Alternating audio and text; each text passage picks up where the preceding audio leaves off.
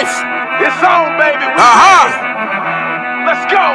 Bah, bah, bah. This ain't a rebuild. This is a recharge.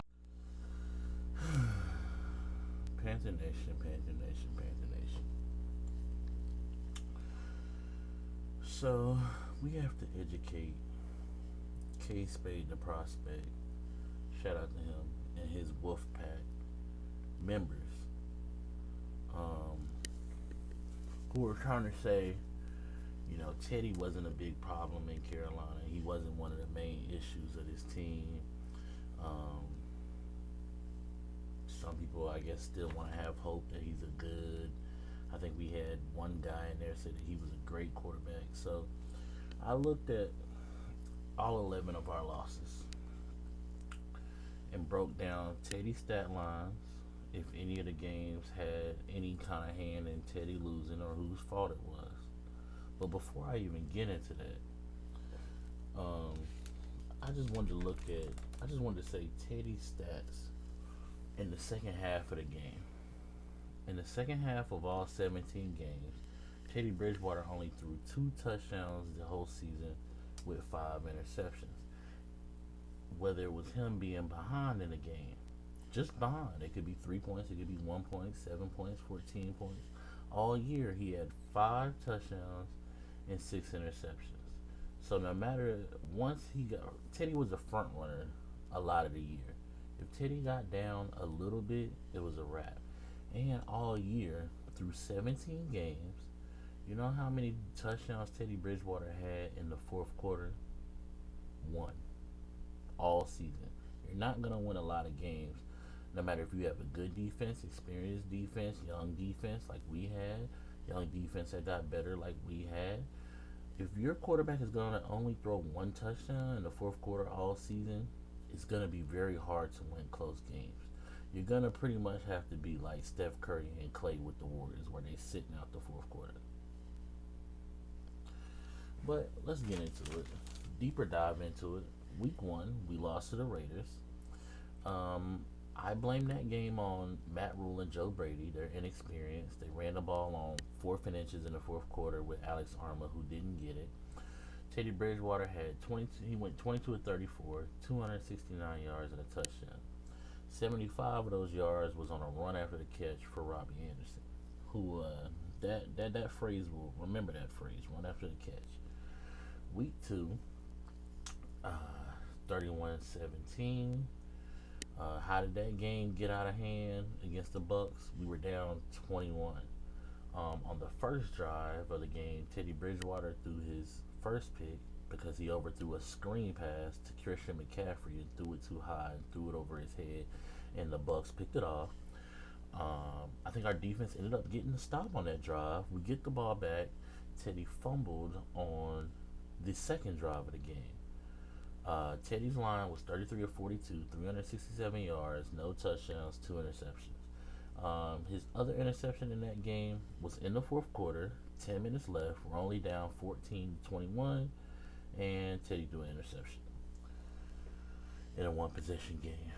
Week 6, we lose 23-16 against the Bears. Teddy Bridgewater's stat line that game was 16 of 29 for 216 yards, no touchdowns, 2 interceptions. His first pick was on the first drive of the game again, when we were within our own 20. He first took a safety, but they didn't rule it a safety, and he threw a pick on the next play, and the Bears went down and scored, and he put us down 7-0 off the rip. In the third quarter, our defense got an interception. The score is only 13-6. On the very next play, Teddy throws a pick. He was bailed out by pass interference. With 2 minutes left on 4th and 2, the defense had got us the ball back for a chance to win the game. On 4th and 2, he overthrows DJ Moore, and the Bears get the ball back. 23-16. But the defense comes up again, gets him the ball back in 30 seconds, damn near. It's 1:32, so that's less than 30 seconds. Gets him the ball with a chance to go on the game-winning drive. He throws it in the middle of 3 Bears defenders and gets it picked off and ends the game. That is directly a Teddy fault game. So, week 7 against New Orleans, the game ended on a missed kick. Teddy went 23-28 for 254 yards and 2 touchdowns. That sounds good. Okay, 3rd and 11, we're marching down the field to make the kick to tie the game. It's 3rd and 11, we're a little bit past midfield. We're trying to get into a field goal range. Teddy takes a sack, pushes the field goal back, and we have to try to make a 65-yard kick to tie the game. Directly Teddy's fault. Even if he would have just threw it away on that play, we still would have been able to kick a way shorter field goal, maybe 40-something, 50-something yard. I can't remember, but he took a very bad sack, which he admitted to. Week 8, we lose 25-17 to Atlanta. Teddy's stat line: 15-23, 176 yards, 1 touchdown, 1 interception. With a minute and 50 left, he takes a key sack, and then with 59 seconds left, he throws a pick that ends the game. Week 9 against the Chiefs, we lost 33-31. We played the Chiefs very well. Teddy was having a good game, 36-49, 310 yards, 2 touchdowns. Teddy couldn't get us in the field goal range. Okay, cool. We had to try to kick a 67-yard kick for the win. So I wouldn't directly blame it on Teddy, even though he could have got us closer. But Joey Sly also lost us a lot of games. Week 10, Teddy Bridgewater. We lose to the Bucks, 46-23. Teddy's stat line was 18-24 for 136 yards, 2 touchdowns, and interception. When did Teddy throw his pick? It was in a 26-17 game, so we're still within punching distance in the 3rd quarter, and he threw his interception. Week 12, the Jeremy Chin game, where Jeremy Chin had 2 fumble returns on back-to-back plays, the only player in NFL history to do that. We lose to the Vikings 28-27. How did we lose in a game where we had 2 defensive touchdowns back-to-back? Teddy went 19-36 for 267 yards, a touchdown, and interception. He threw his first pick. No, he threw his pick when we were down 7-0. In the red zone, we're about to score to tie it up, and he threw an interception. So it gets to the end of the game. We're up 24-21 with 2 minutes and 10 seconds left. The special teams, we ended up having to putt. The special teams, it bounces off the putt returner's hands. He fumbles it. Our special teams recovers it. Again, we're 10 yards away. We can go up. We can get a very big lead at this point. Everybody's hype. Everybody's thinking we're going to close the game out. 10 yards? Come on now, with our offense. Well, Teddy overthrows DJ Moore in the end zone.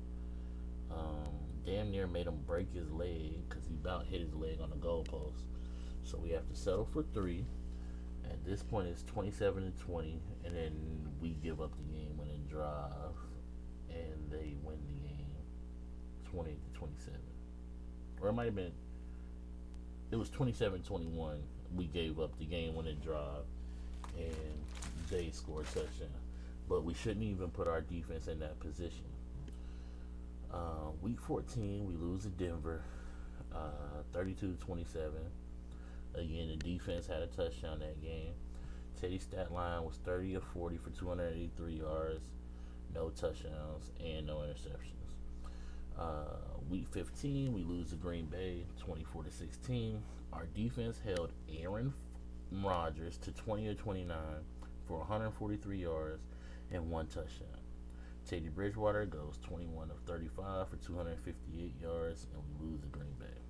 Last game of the season against New Orleans, we lose 33-7. Teddy Bridgewater went 13 of 23 for 176 yards and 2 interceptions.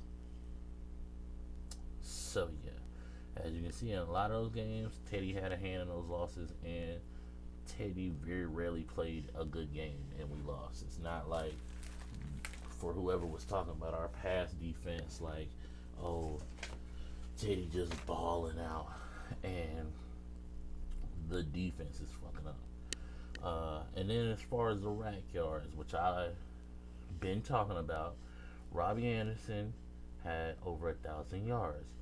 Yes.